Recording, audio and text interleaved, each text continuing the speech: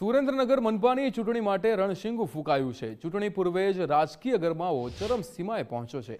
ભાજપના નમો કમલમ કાર્યાલય ખાતે યોજાયેલી સેન્સ પ્રક્રિયામાં 13 વોર્ડની કુલ 52 બેઠકો માટે 490થી વધુ દાવેદારોએ ટિકિટની માંગણી કરતા પક્ષ માટે ઉમેદવારોની પસંદગી લોઢાના ચણા ચાવવા સમાન બની ગઈ છે।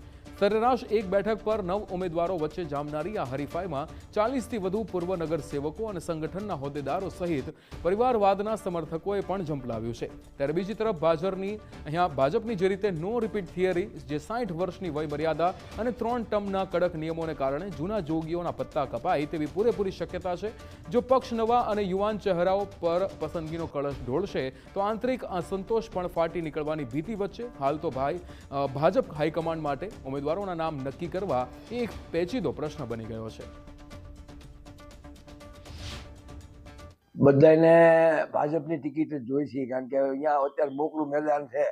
પરંતુ ભાજપે જે પોલિસી ડિક્લેર કરી છે, 60 વર્ષથી ઉપરનાને ટિકિટ ન આપવી, 3 ટર્મથી લડેલાને ટિકિટ ન આપવી, એક હોદ્દો હોય ને બીજો હોદ્દો નહીં આપવાનો, એને હિસાબે સિનિયરો, અનુભવીઓ કોર્પોરેશનના વહીવટથી વંચિત રહે છે અને નવાને કોને ટિકિટ આપવી, આવડું મોટું ભાર કોની ઉપર છોડવું, એ ભાજપ માટે પસંદગી પણ થોડી કપરી રહેશે।